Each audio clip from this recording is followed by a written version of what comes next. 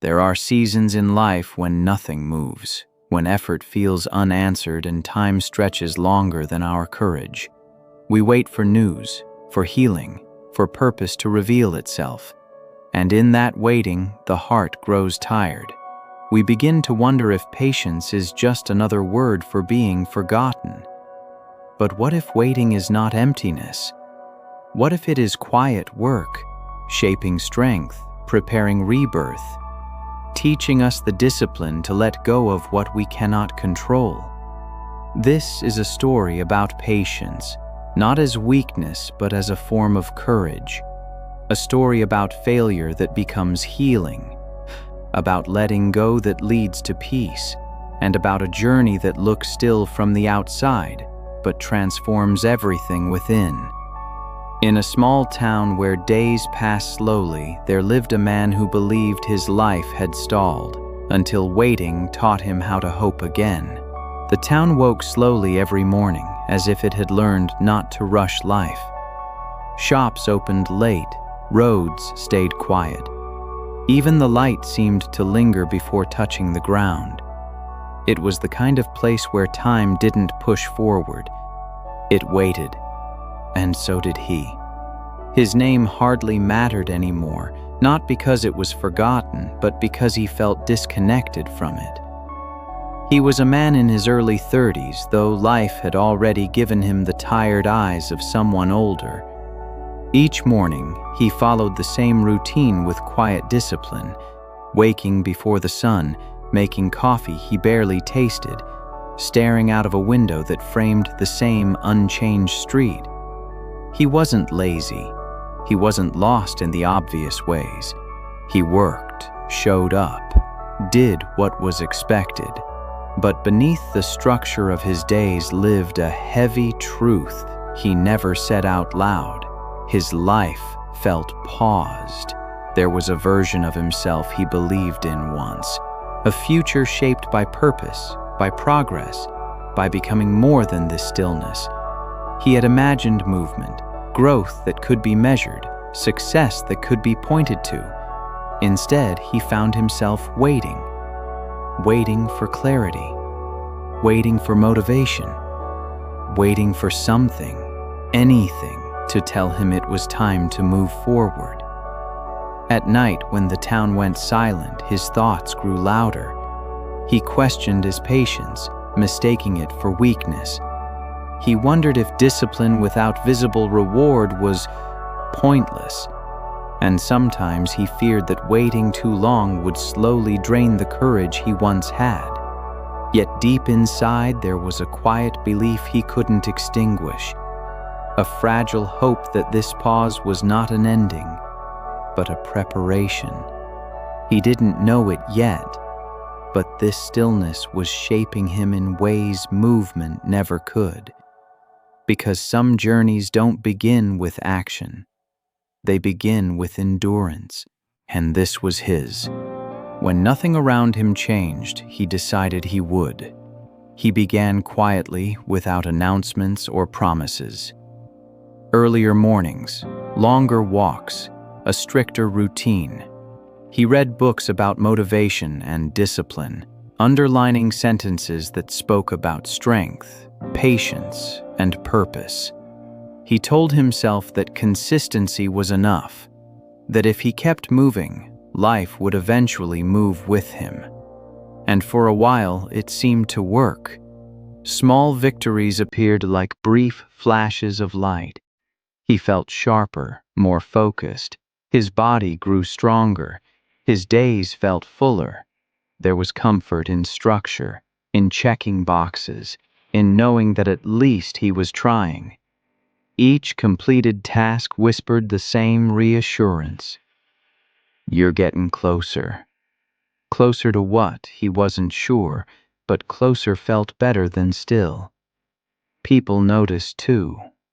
They said he looked disciplined, grounded. You're doing well, they told him, and he nodded, holding on to those words like proof. He began measuring his worth by effort alone, believing that if he stayed disciplined long enough, the waiting would end on its own.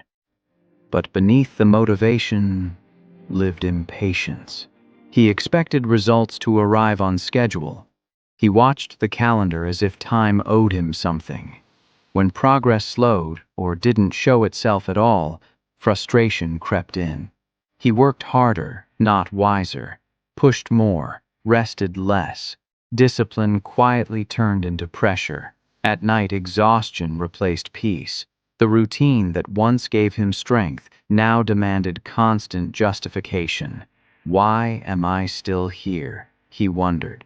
Why does it feel like I'm running but not arriving? He didn't realize it then, but he wasn't learning patience. He was bargaining with time. He believed discipline was a transaction, effort in, certainty out. And life, quietly watching, prepared to teach him otherwise. Because progress that is rushed often collapses under its own weight. And the waiting was far from over. The fall didn't announce itself. It arrived disguised as an ordinary day. He woke with the same discipline, followed the same routine, and carried the same quiet belief that effort would eventually be rewarded. But by evening, something broke. Swiftly, completely, and without explanation that felt fair. The opportunity he had been working toward slipped away. Not slowly, not gently. One conversation, a few words spoken without ceremony, and it was over. The future he had rehearsed in his mind dissolved in seconds. No argument could save it. No extra effort could undo it. He nodded when he was told. He even thanked them. Discipline had taught him how to stay composed. But inside, something collapsed. On the walk home, the town felt different. Streets stretched longer, sounds faded. Even the familiar lights felt distant, as if they belonged to another life. He replayed every decision, every delay, every moment of waiting, asking the same question again and again. Was this my fault? That night, he sat in the dark without turning on a single light. The motivation that once carried him felt hollow now. Discipline, stripped of hope, became weight. The waiting, once tolerable, turned cruel. He had done everything right. He had stayed patient. He had shown up. And still, he failed. In the silence, a painful thought surfaced. What if this pause wasn't preparation? What if it was proof that he was simply stuck? Sleep didn't come easily. And when it did, it brought no rest.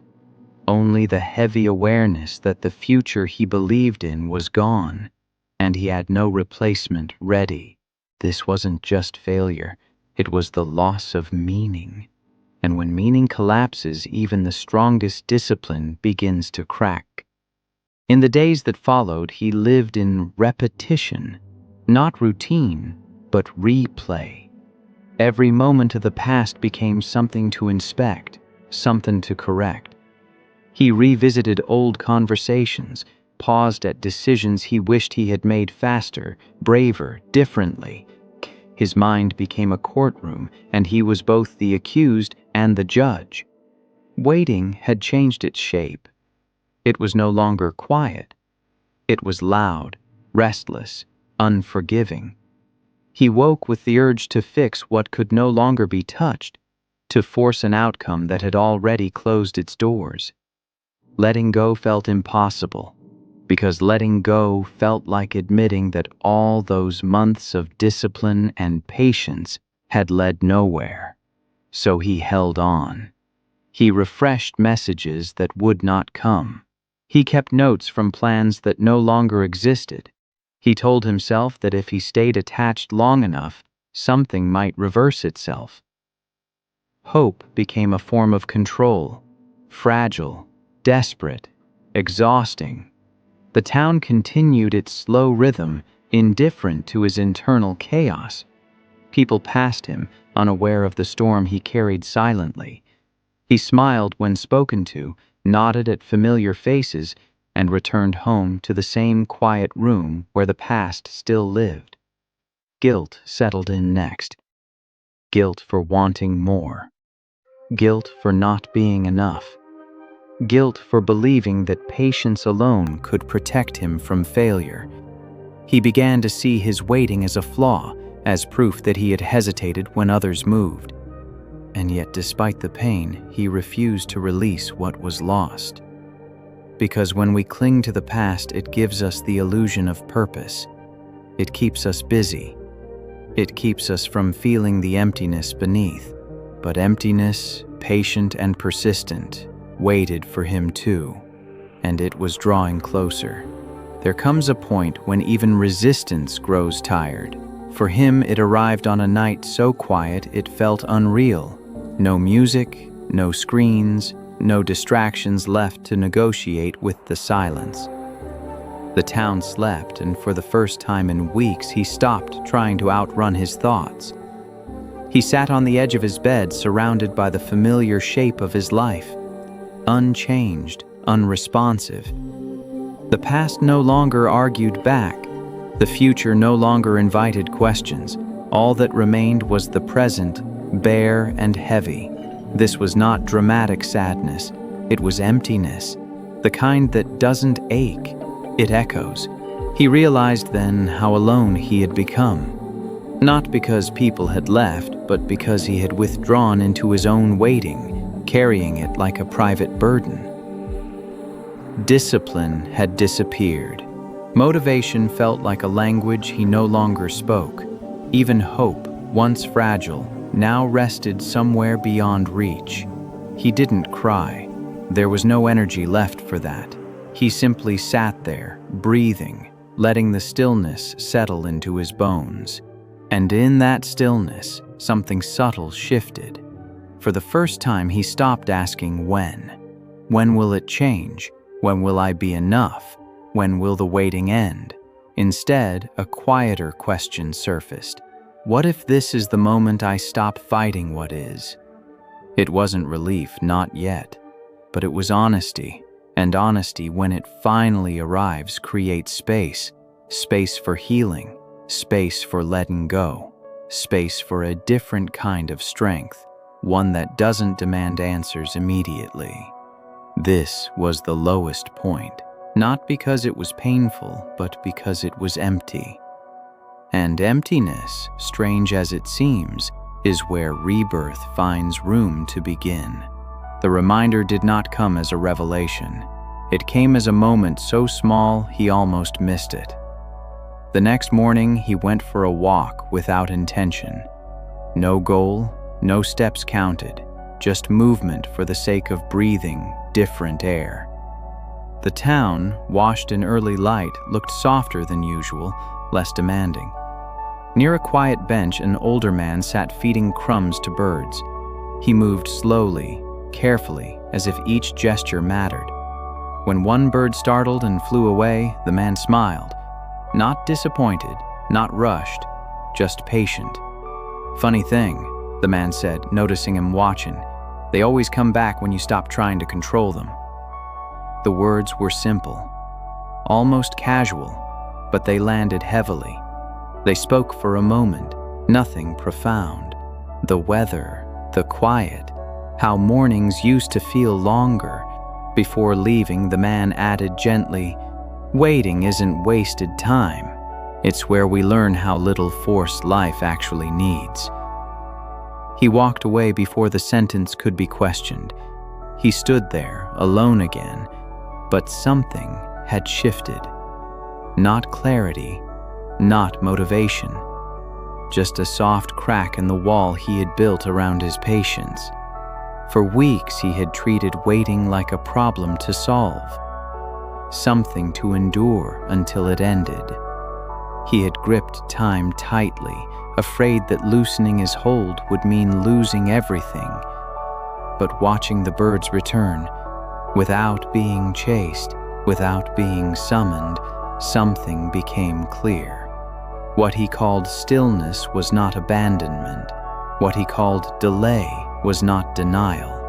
And what he called weakness might have been strength, learning a quieter shape. He continued his walk, slower now. The waiting was still there, but it no longer felt like an enemy. He didn't wake up changed. There was no sudden surge of motivation, no dramatic sense of rebirth. What returned instead was something smaller and far more honest. He began to stay with discomfort instead of escaping it, to stay with unfinished answers instead of forcing conclusions. The waiting remained, but it softened when he stopped resisting it. His discipline returned quietly, stripped of urgency. Morning walks without expectations, work done without counting outcomes, rest without guilt. He no longer treated effort as a bargain with the future. He treated it as presence. Some days still felt heavy. On those days, he allowed them to be. Healing, he learned, was not about feeling better. It was about being less afraid of feeling anything at all. He started letting go in subtle ways. Old notes were put away. Conversations stopped being replayed. He caught himself when his thoughts rushed ahead and gently brought them back. Not with force, with patience. And slowly something unfamiliar emerged. Peace. Not the kind that celebrates arrival, but the kind that accepts the road. His life had not suddenly moved forward. The town remained slow. The outcomes remained uncertain, but he was no longer measuring his worth by speed. Waiting, once a punishment, became practice, a training ground for strength that didn't need proof. A space where purpose was not chased but clarified. He realized that courage was not always about action. Sometimes it was about restraint, about trusting that growth could happen beneath the surface, unseen. The pause that once frightened him now felt like a teacher, and though the journey was far from over, he sensed something important had begun. Not a new chapter of success, but a deeper chapter of self-respect. He was learning how to stay. Growth, when it is real, is never left unchallenged. Just as peace began to feel familiar, old habits returned quietly. The urge to rush, the need to measure, the fear that stillness might turn into stagnation. On certain mornings, impatience knocked again, disguised as ambition. He noticed it in his thoughts first. You're falling behind. Others are moving faster. How long can you really wait? The voices sounded convincing because they were familiar. They had once driven him. They had once given him energy. But now he paused before listening. Some days he slipped.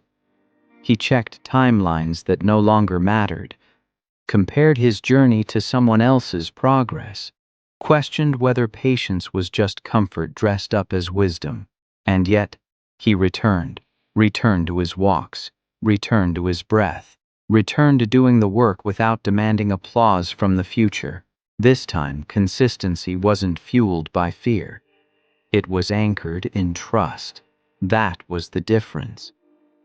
Waiting tested him not by adding weight, but by offering temptation. The temptation to abandon what was working quietly for what promised faster results. Strength revealed itself in his ability to remain, not rigid, not stubborn, but grounded. Time continued its slow movement, unchanged by his internal victories. But inside, something steady formed. A sense of self that did not collapse when progress felt invisible. He learned that discipline was not about control. It was about commitment. Commitment to the journey, even when motivation faded. Commitment to patience, even when no one noticed. And for the first time, waiting no longer felt like standing still. It felt like walking a path only he could see.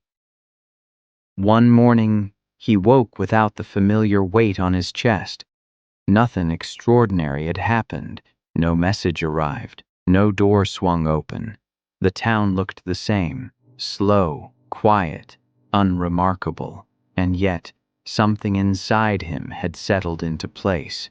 He moved through his day with an ease he didn't recognize at first. Not excitement, not relief, just steadiness, the kind that doesn't ask to be named. Waiting was still part of his life, but it no longer defined it. It walked beside him now, no longer ahead of him, no longer behind. He had stopped treating time like an opponent to defeat and started seeing it as a companion that reveals what rushing hides. Purpose appeared differently than he expected. It wasn't a destination. It wasn't a title or an outcome. It was the way he showed up, present, patient, awake. It was the quiet strength of choosing integrity over urgency, depth over speed. He noticed beauty he had missed before: morning light on old buildings, the sound of footsteps on empty streets, the comfort of doing one thing fully instead of many things hurriedly. Failure no longer felt like a verdict. It felt like instruction. Healing was no longer something he waited for. It was something he practiced daily through acceptance. For the first time in a long while, he trusted himself. Not because he had succeeded, but because he had endured without losing heart. The pause that once terrified him had done its work. He hadn't arrived anywhere new, but he had become someone new. And that, he understood now, was the true rebirth. Maybe this story feels familiar, because somewhere in your life, you are waiting too. Waiting for clarity, for healing, for proof that your effort is not invisible. And in that waiting, you've wondered if patience is costing you time, if stillness means falling behind. But here is what this journey quietly teaches. Waiting is not weakness. It is strength, learning how to breathe. Discipline is not force. It is choosing to return even when motivation leaves. Failure is not a dead end. It is a teacher that speaks softly to those who listen. Letting go is not loss. It is space made for peace. Purpose is not found by rushing. It reveals itself when we stay present. Healing is not an event. It is a practice. And rebirth does not arrive loudly. It unfolds when we stop resisting who we are becoming. If your life feels paused, it does not mean you are forgotten. Some transformations happen beneath the surface, where no one claps and no timeline can measure progress. So don't lose heart in waiting. Trust that the journey is shaping you. Trust that patience is building something deeper than speed ever could. And trust that one morning, quiet and ordinary, you will realize you are no longer the person who began this road. You will still be walking, but you will be walking with peace. If this story resonated with you, take a moment to reflect, to share it with someone who might need it, and to stay connected for more stories like this. Your waiting matters, and so do you.